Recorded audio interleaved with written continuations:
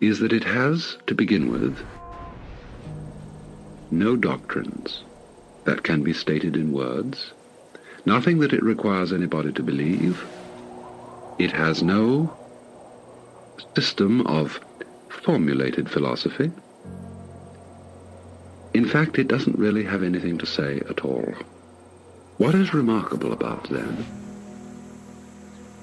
is that it endeavors to convey its message, the realization which constitutes awakening in Buddhism, without the intermediary of words and ideas. There are 4 statements which sum up the character of Zen Buddhism, and they are as follows. A direct transmission of awakening outside the scriptures. No dependence on words and letters. Direct pointing.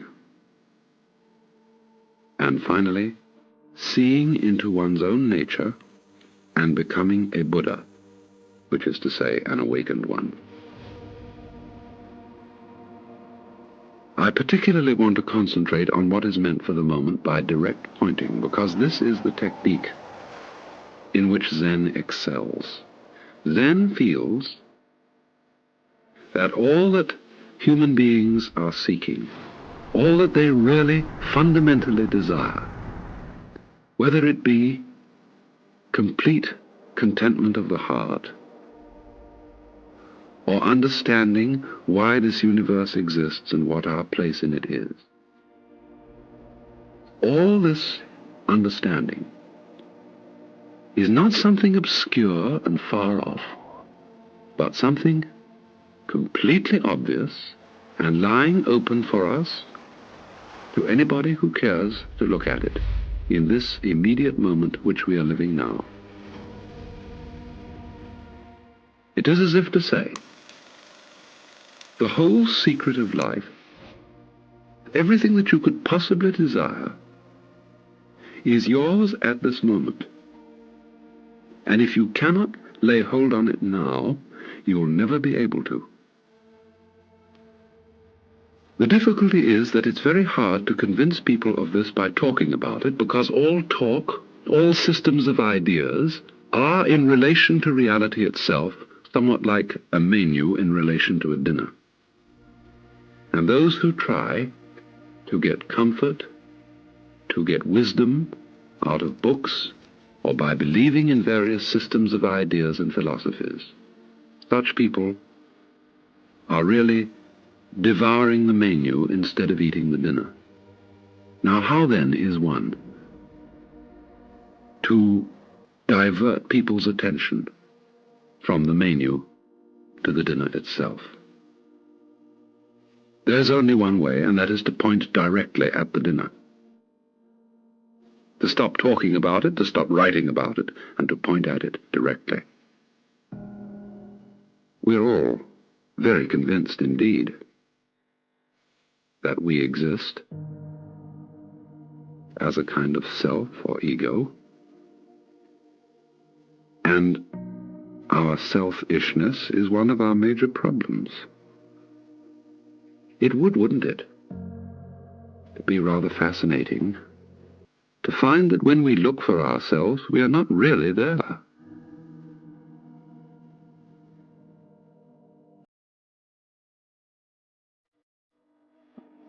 As if where we expected to find ourselves, in the center of all our experience, we found only a hole, an empty space.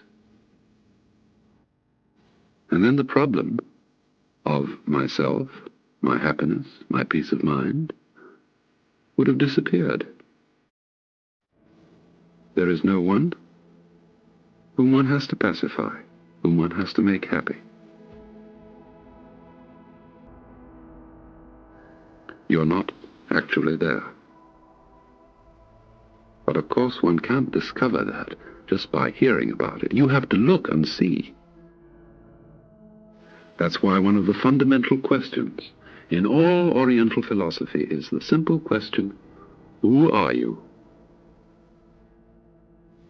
Look and try to find out who it is that is trying to find out who it is that is trying to find out. This is, after all, a parable of what everybody is doing who is engaged in what we in the West call self-seeking.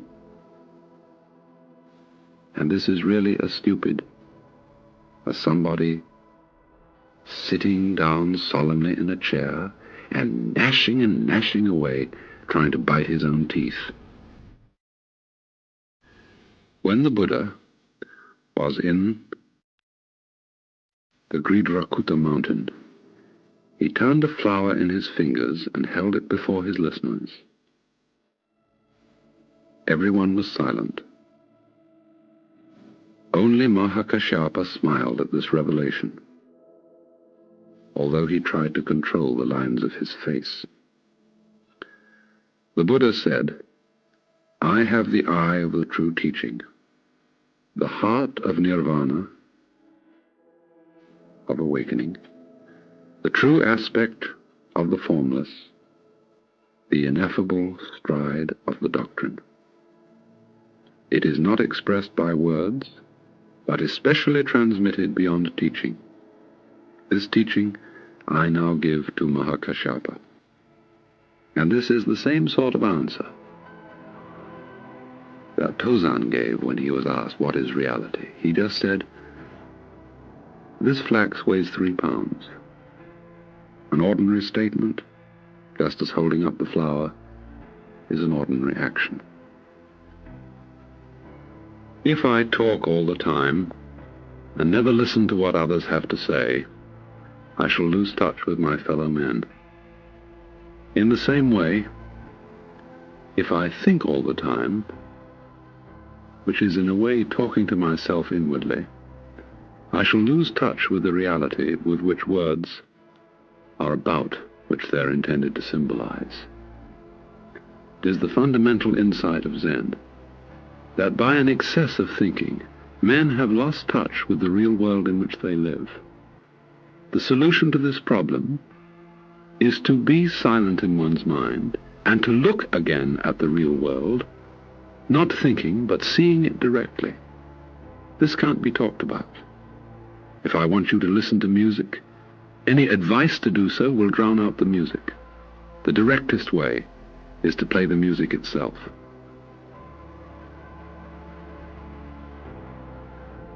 You cannot put what it is into words. And this indeed is a central point of Zen and of Buddhist understanding in general, that reality is beyond words, and that one must not confuse the world of things as we think about them and talk about them and name them with the world as it actually is. Because in the world of ideas and words and conceptions and inherited social notions, every one of us is perfectly convinced that he is a self, an ego. But when we step out of that world of conventional ideas into the clear daylight of reality, and with wide open eyes look for ourselves, what do we find?